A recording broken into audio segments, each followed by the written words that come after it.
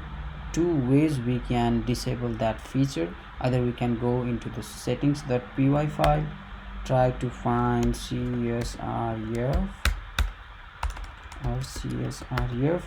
So there is a middleware called CSRF view middleware. Either we can comment this out and it will work, but this is not recommended.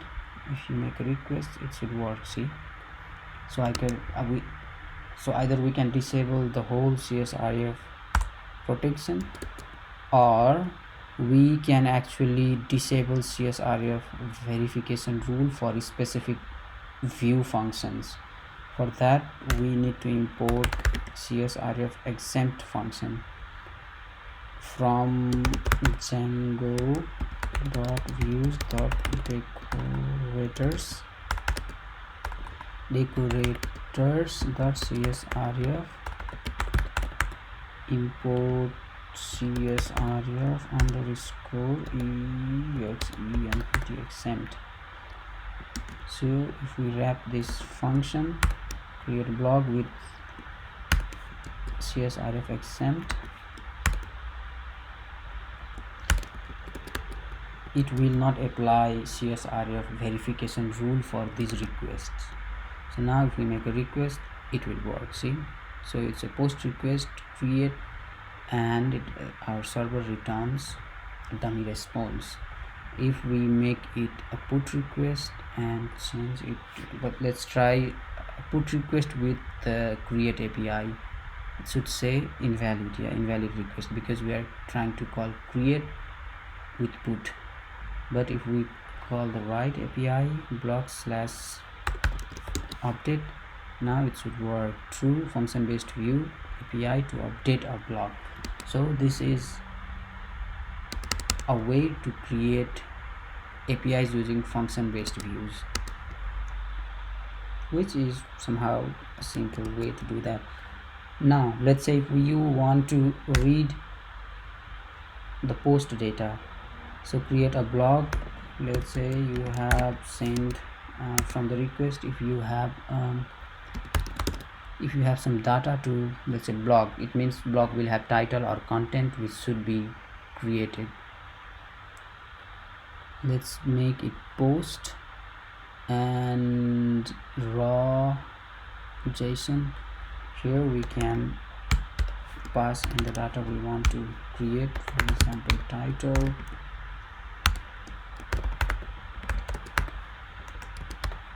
blog post, yes, blog post.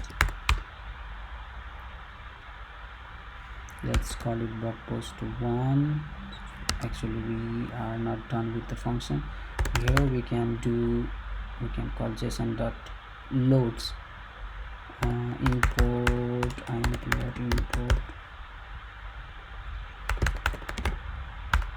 import json. Now we can call json.loads and request.body. now we can print it.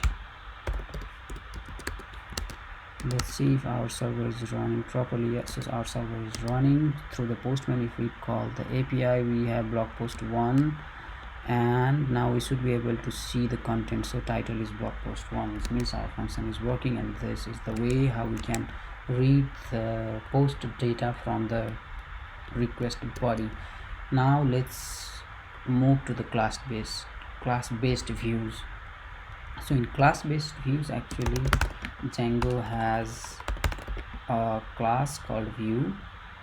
From Django.views.generic import view class. View, not views, it's a view. What? Yeah. Now let's create a class called blocks view. I'll try to be quick, and then we need to inherit from view class. View. Now we can define function for each HTTP verbs. For get request self and request and I need to import JSON response from Django.http import JSON response. Let me copy paste some of the things from the function based view response. Okay, so this is a simple class based view with a response, static response, JSON response. This is class based view API to get a block. Okay, API to get blocks. Let's create another function which will accept post request. Post, there can be args or keyword args. So post through class to create a block. Similarly, I can create another function called put class based view to update a block and then the response.